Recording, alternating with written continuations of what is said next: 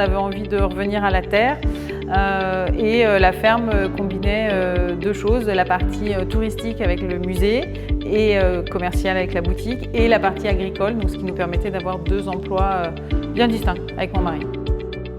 Le musée, c'est pas nous qui l'avons créé, il existe depuis 1990, mais le but est de valoriser et d'expliquer aux gens quel est notre métier et comment la prune devient un pruneau. Donc, la visite s'adresse aux familles, aux enfants. À partir de 6 ans, il y a déjà la visite, ils ont un jeu à l'intérieur du musée pour apprendre justement à devenir un producteur de prunes. Et aux adultes, jusqu'à 100 ans, j'avais envie de dire, et plus. C'était un défi au départ, un défi avec des amis qui nous ont dit lors d'une soirée pas trop arrosée, mais pourquoi pas, vous ne feriez pas de la banane et puisqu'on en mange tout le temps, et on s'est dit pourquoi pas. Là on s'est renseigné et on s'est dit finalement le climat aujourd'hui permet de faire de la banane dans le Lot-et-Garonne.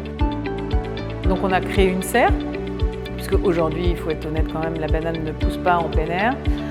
Donc ensuite on plante nos bananiers, il faut attendre 15 mois avant d'avoir le premier régime de bananes. Et après, ça va. On aura, nous, un cycle certainement saisonnier, puisqu'on n'est pas quand même dans un milieu tropical. Donc, on aura des bananes à peu près tous les ans. Au début, c'est 15 mois et après, c'est tous les 12 mois. Les bananes produisent beaucoup de déchets. Alors, c'est pas la banane qui produit, mais on récupère la pulpe. Et c'est celle-là qu'on va manger, qu'on transforme, mais il reste le pied du bananier et il reste aussi la peau.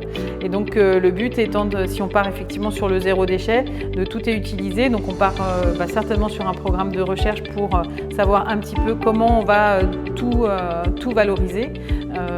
Mais avec la peau, on peut faire énormément de choses. Avec le pied, il y a aussi déjà des choses. Donc on s'inspire de ce qui existe déjà dans le monde.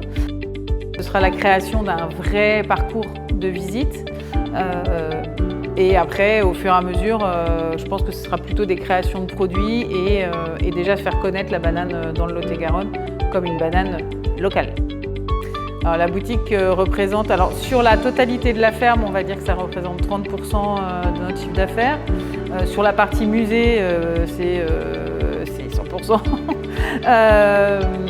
Mais voilà, c'est à peu près. Et le but étant d'avoir plus de produits à proposer, notamment la banane fraîche par la suite.